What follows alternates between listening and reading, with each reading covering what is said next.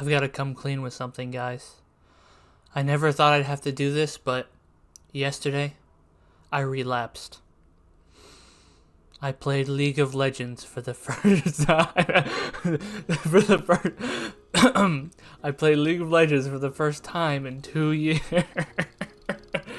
Okay. Anyway, now that bit is over, reaction video. This time, I'm gonna watch a Kyle Hill video. I know Kyle Hill videos are good. I watch him all the time. He's basically where I get a lot of my knowledge about nuclear stuff from. So I think I know what he's gonna go over in this video. He's gonna go over stuff like radioactive waste isn't that bad, which is true. It's not that bad. So I'm excited to watch it. I hope this video enlightens you guys, and I hope I am also enlightened, and I hope I can add something to it. Let's just get into it then, shall we? I gotta put on a headset though.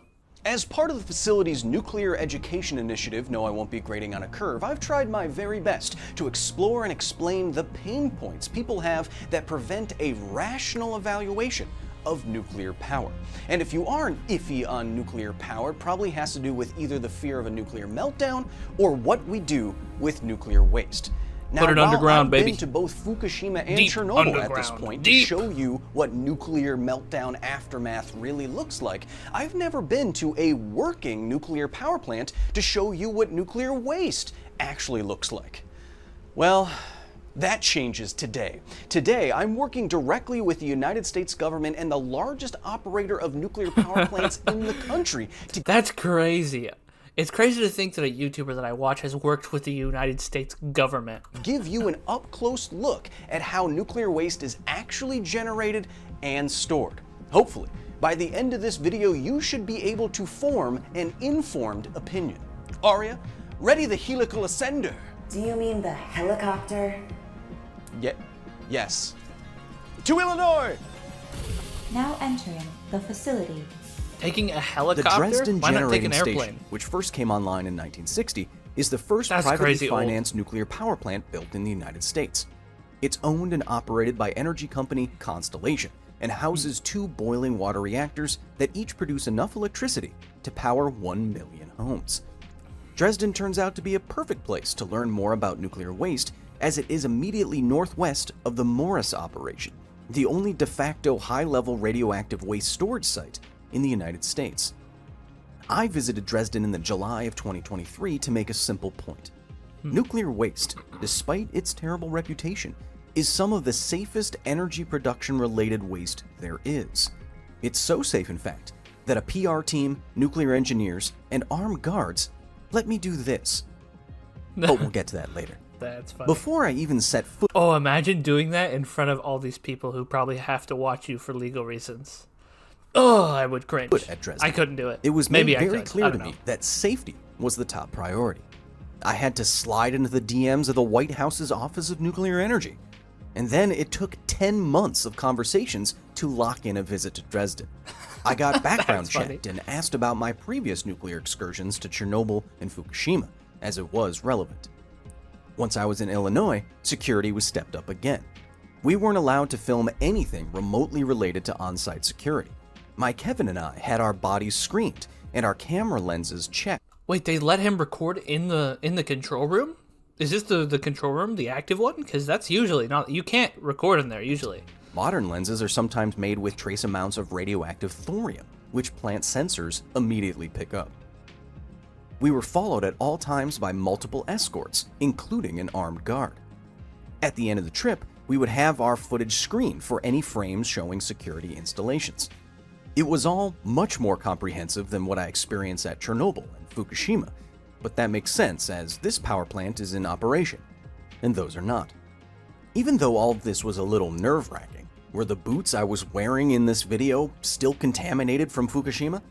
What was as clear to me, though, as the commitment to Yeah. security and safety was the fact that everyone at Dresden, from security to engineering to public relations, were just people, and big old nerds at that. The first thing you see as you enter the facility is a Star Wars-style statement about precision and safety. A poster of famed football coach Mike Ditka reminded plant personnel about radiation dosage. We cracked jokes and traded stories about Chernobyl tours, which one of our tour leaders had also been on. If the public has any kind of perception about what goes on inside a nuclear power plant and who works there, it seems negative, no doubt tinged by what they think about nuclear generally. Yeah. But I can tell you that if you're friends with any engineers, if you like me at all, I think you'd be pleasantly surprised by the people who commit themselves to sustaining nuclear reactions. My plan is actually to go into nuclear engineering. I'd like to be a plant operator like this. Dresden even half-jokingly offered me a job. And that's now my backup plan. My first stop was the nerve center of any working nuclear plant, the control room. You can tell this is built in the 60s. This is the main control room for Dresden. On this side we have Unit 2, on this side we have Unit 3. So if you look in the center of this, it says 9025. You got the big General Electric and the clock at the top. If you look at the big football-shaped item in the middle with the red, a lot of red 48s on it, that's actually the control rod positions for the reactor core. So you can see all the control rods.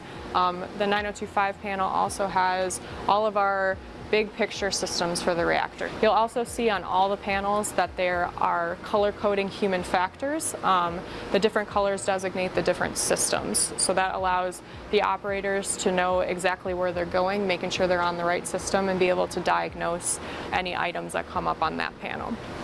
Behind me we have the 9028 panel. That's actually our power This lighting is distribution doing her panel. dirty, so all man. of our They couldn't different get like a buses light that right power here? equipment in our plant are located on that panel, and then also our voltage regulator, which is how we control the power that goes out on the grid.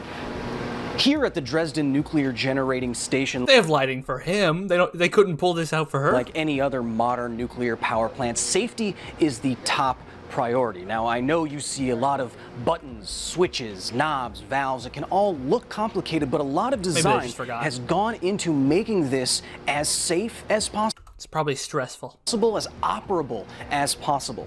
After accidents like 3 Mile Island, a lot of thinking went in exactly how to make all of these systems immediately understandable, recognizable. Before that, it was just blinking lights. You have color-coded panels that tell you exactly what you're working on, exactly what you need to adjust or not. You have mock-ups of the actual systems that you're working on, whether it be the turbines or the boiling water reactor itself, that tells you what valve goes where, what needs attention and what does not. Safety, again, is the top priority. From the control room, we headed to the spent fuel pools at Dresden, where highly radioactive fuel rods cool and decay to safe levels after years of geometrically determined placement throughout reactor cores. This was my first time seeing real nuclear waste, and my first time seeing the infamous Cherenkov radiation with my own eyes. When our refueling outage comes, all of this basically gets opened up and it all is connected underwater. We use this bridge to pick up fuel bundles, take it from the reactor, put one in the spent fuel pool, take one from the spent fuel pool, put one back in the reactor. It's not that simple though. There's about 1,000 moves that have to occur to get everything reshuffled and into the right locations. There is always a senior reactor operator on the bridge controlling all the fuel moves during an outage. That's gotta be stressful when you do that for the first time. 3 verifications that occur. The performer, a reactor services individual, and a senior reactor operator make sure that all the fuel is going to where it's supposed to be going. As a quick aside, radioactive stuff, nuclear waste, doesn't glow. Not by itself. The idea that nuclear waste glows green, like in The Simpsons or something, is probably traceable to one of the first popular consumer applications of radiation. Undark, Radium, a luminous right? paint containing radium. Mm-hmm. The highly radioactive element would energize the zinc sulfide in the paint, which would in Not turn radium, then. fluoresce a soon-to-be characteristic green. Well, I mean radium as in it is not radium that is causing it to be green, it is the other thing that is being fluoresced by the radium. You get it. Undark would light watches, gun sights, and more at the start of the 20th century.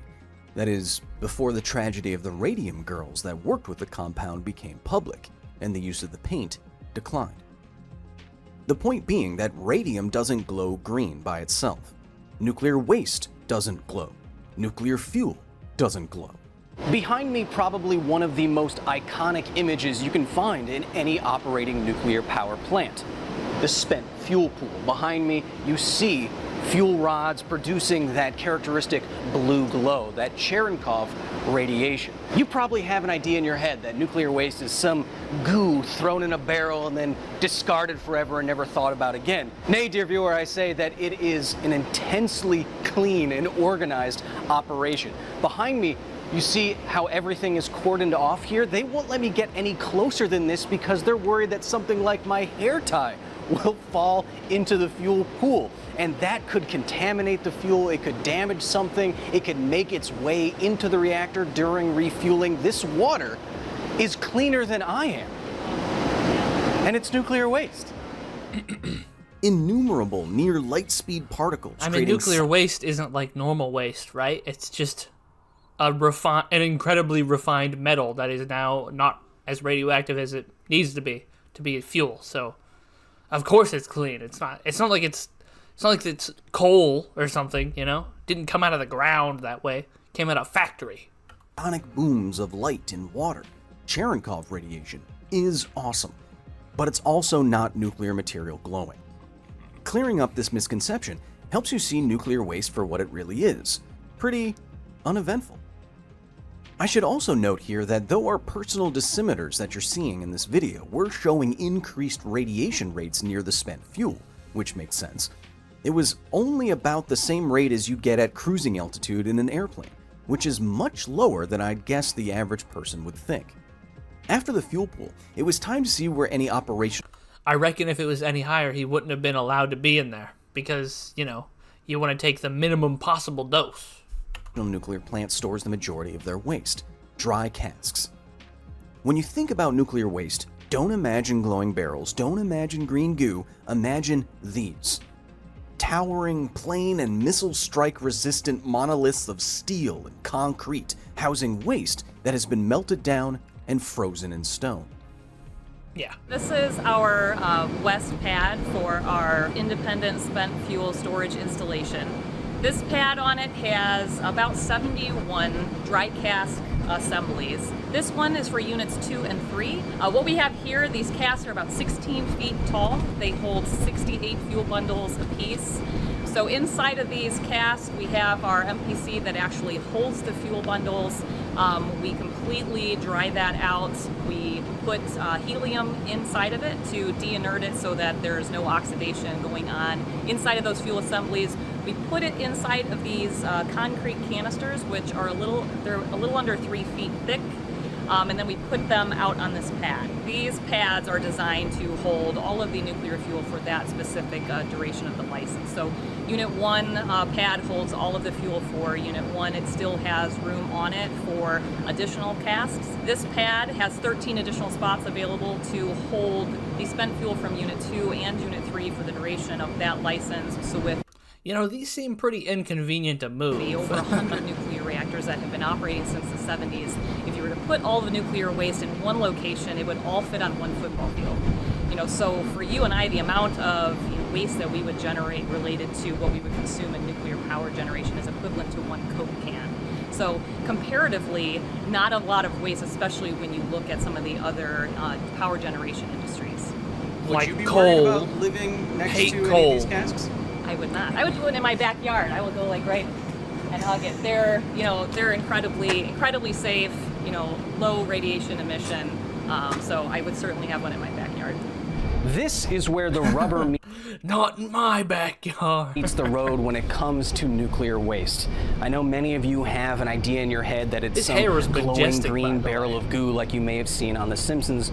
No, though it is still cylindrical, nuclear waste is stored in rock form in these enormous dry casks. Here they can stay for an entire lifetime of a plant, mostly inert, decaying down to the point of harmlessness. There's nothing to leak here. In fact, there hasn't been a single recorded case of nuclear material leaking out of any of these in the United States anywhere, ever. When you're talking about robust safety, That when you're makes talking sense. about managing nuclear waste in the correct, safe way, doesn't get much more straightforward or safe than this. And while we're talking about nuclear waste, think about where nuclear waste is. What Constellation likes to say is that they can account for every neutron. Can you say that for any other industry about anything? Probably not. Where is the nuclear waste at a nuclear power plant? It's in the fuel pool. It's right here. Where is the waste from a fossil fuel plant? It's in there. It's in the air, it's in the ground, it's in the water. What about the mercury? It stays toxic forever. Do you know what doesn't stay toxic forever? Decaying nuclear material. When we talk about For those who don't know, mercury is in a lot of coals, and it goes straight into the air when it's burned. So that's what he's talking about. What about the mercury? pollution, we need to have a fact-based conversation about this. Nuclear does produce some pollution. It's all right here, accounted for in casks that could repel basically Superman. Where is all the pollution for the fuel that we are using for the last 100 years? It's in your lungs. It's making your kids' IQs go down. We have to talk more sensibly about pollution if we're all going to get more sensible about how to deal with climate change and our growing energy dependencies. It is not. Yeah, man, climate change. Green energy? Great. Love green energy. Nuclear energy? I don't know if I'd consider it green. European Union, I don't know. Still kind of makes... I don't know. I'm indifferent to that, but I think a good climate policy is a nuclear base load where most of the energy is generated by nuclear, or at least some of the energy is. A chunk of the energy is produced by nuclear, and then on top of that you have all renewables. You need a base load because, you know, it's not always sunny, it's not always windy. You gotta have something. And nuclear is great because it's reliable. It's like gonna keep running forever, effectively, so... Yeah, anyway, those are my opinions on it. Not an exaggeration to say that nuclear waste, contained within nearly indestructible casks and piled in pools of water cleaner than the water you drink, may be the safest waste there is. Used solar panels containing heavy metals live forever and stay toxic forever in landfills. Wind turbine blades, too expensive to dismantle, are simply buried or incinerated. All of the waste produced in a nuclear power plant's lifetime, in comparison, can live on site, getting less dangerous as it does so. All of the nuclear waste in the world could now easily be buried in a single deep Earth repository, thousands of meters below any water table or geologically active area, if we had the political and public will to do so. I wouldn't be able to make a point like this if it weren't true. No, literally. There are armed guards and a public relations team on the other side of the camera right now. The relative safety of nuclear waste is both theoretically and practically proven. And if you still don't believe me about that,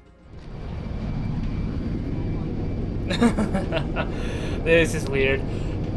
Think about it. The armed guards and the PR team still behind the camera, watching this. my tour of the Dresden generating station was my first of a power plant that hadn't exploded. And it's now even more clear to me that nuclear disasters, like the many I have featured on this channel, are the exception, not the rule. Modern nuclear technology is extremely robust, If they weren't the exception, redundant, we wouldn't be doing nuclear power. and safe. It's only when human error combines with poor and/or flawed design that you get a Chernobyl, Fukushima, or 3 Mile Island. I would not say that nuclear power will solve all our energy problems. For those wondering about how Fukushima might be, like, human error or design issues, it's a little bit of both. Mainly the design issue, because they didn't design the water line, like the flood lines for their generators correctly, because they designed it for a specific specification, because they never expected a tsunami and an earthquake to happen at that magnitude, but scientists were saying for years that it was possible for such a thing to happen and that they should design it into the plant, but the plant operator was just like, no, and then it happened, so, you know. And it can't be the only solution to climate change. And it has its own economic and political challenges, though They're many expensive. of those are easier than they seem. For now. But I will say that opposition to nuclear power that relies on arguments about the safety of nuclear waste, specifically, is misinformed at best, and monetarily or emotionally motivated at worst. I walk through exclusion zones, eat Fukushima sushi, and literally kiss nuclear waste containers, not because of some weird obsession or fetish, though I know some of you probably think that at this point, and yes, I did ask Dresden if I could swim in the nuclear fuel pool. I do all of this to They said prove no. a point. And that point is this. The world looks different when you understand it. And nuclear power and waste, when you understand it, looks less dangerous and more promising than ever. Until next time. Now exiting the facility. Thank you again to the United States government, Constellation, and the employees at That's Dresden. so funny to hear. Never did I think I'd hear a YouTuber say, thank you to the United States government. Anyway, great video, man. Super great video. I'm not subscribed because this is my, this is my reaction channel. I'm subscribed on my real account. I love nuclear engineering, man. That's what I'm going into. I'm thinking about it. It's in my head at the moment. I need a car, so I'm doing work so that I can get a car, so that I can go to the college, so that I can get the degree, so I can become a nuclear engineer, That's the plan. Current plan. Anyway, let's see. Nobody watched the outros, but if you are watching, that means you probably watch my other content, so if you do, go ahead and subscribe. Like the video. If you have anything you want me to watch, put it in the description below. Now, really, nobody's watching, so if you're wondering why there wasn't a video yesterday, that's because I just got off. That was my last day of the week for working, and I decided I'm gonna have this day off. So I just didn't post. I was gonna do the same today actually, but then I was going down my list. Let's see, I was going down my daily list because I write one every night about what I plan on doing the next day, and I came to make reaction. Let's see if this. Let's see. I came to make reaction video, and I was pressured into making one, so I'm making one. I'm not making 3 though. Well, I'm not making 3. Well, no. Anyway, I hope you liked this video, and have a good day.